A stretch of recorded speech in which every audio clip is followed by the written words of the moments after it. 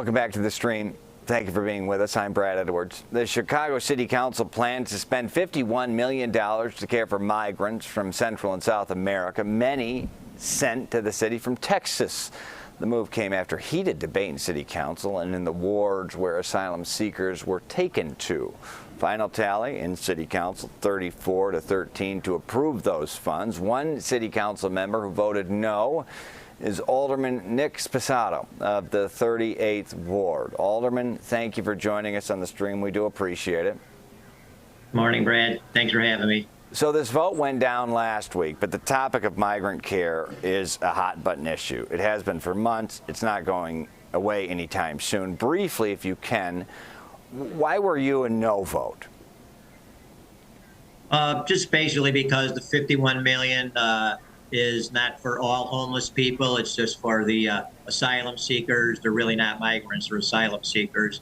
So if it was for everybody, all homeless, then I'd have no problem with it. But there's no accountability where this money's going.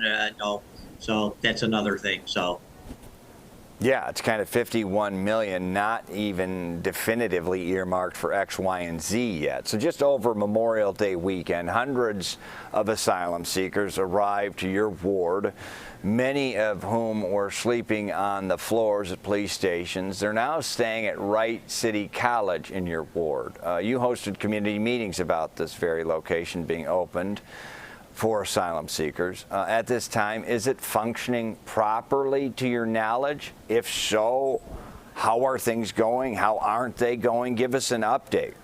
I don't have much of an update. They don't include me on anything or let me know what's going on. I just, other than knowing that the fact they moved the Saturday of the 31st, they moved a couple hundred in, and then I don't know, I think a couple days later they had the full 400 in. Yesterday was an odd day in the office. Got a lot of phone calls, complaints of, I guess, asylum seekers going door to door or panhandling in front of businesses. So, but other than that, there's been no problems. What do you mean they haven't kept you informed? Well, the city. I mean, nobody knows who's really in charge. You know exactly what's going on. Is everything going okay?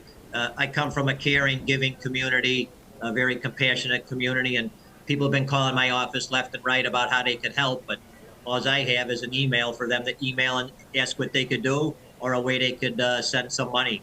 That's about it. That's the resources that have been passed on to me to let people that know want to help what they could do. But I have seen people, I drive by every once in a while, especially that first weekend. I was there quite a bit and seen many people pull up in cars and bring food or clothing or toys for the kids. So it's not unusual in my community to step up big, certainly on the northwest side. Yeah, if you're an asylum seeker who was bused to Chicago and now one of the various respite centers in the city, what can you do? Are there any opportunities for these folks to actually find work, start building a life here? I mean, that's the American dream, right? So, right. So funny you say that, Brad, because one of the things that my colleagues, most of my colleagues and myself are really upset about is we blame the feds. And I was shocked to hear that my colleagues actually blaming the feds, although many of them blame Governor Abbott. But Governor Abbott is doing these people a favor because I don't know if you or your listeners know, but they're in Brownsville, Texas. Brownsville, Texas is the town the size of Aurora. It's a dirt poor town where the average income there is $40,000 to $45,000.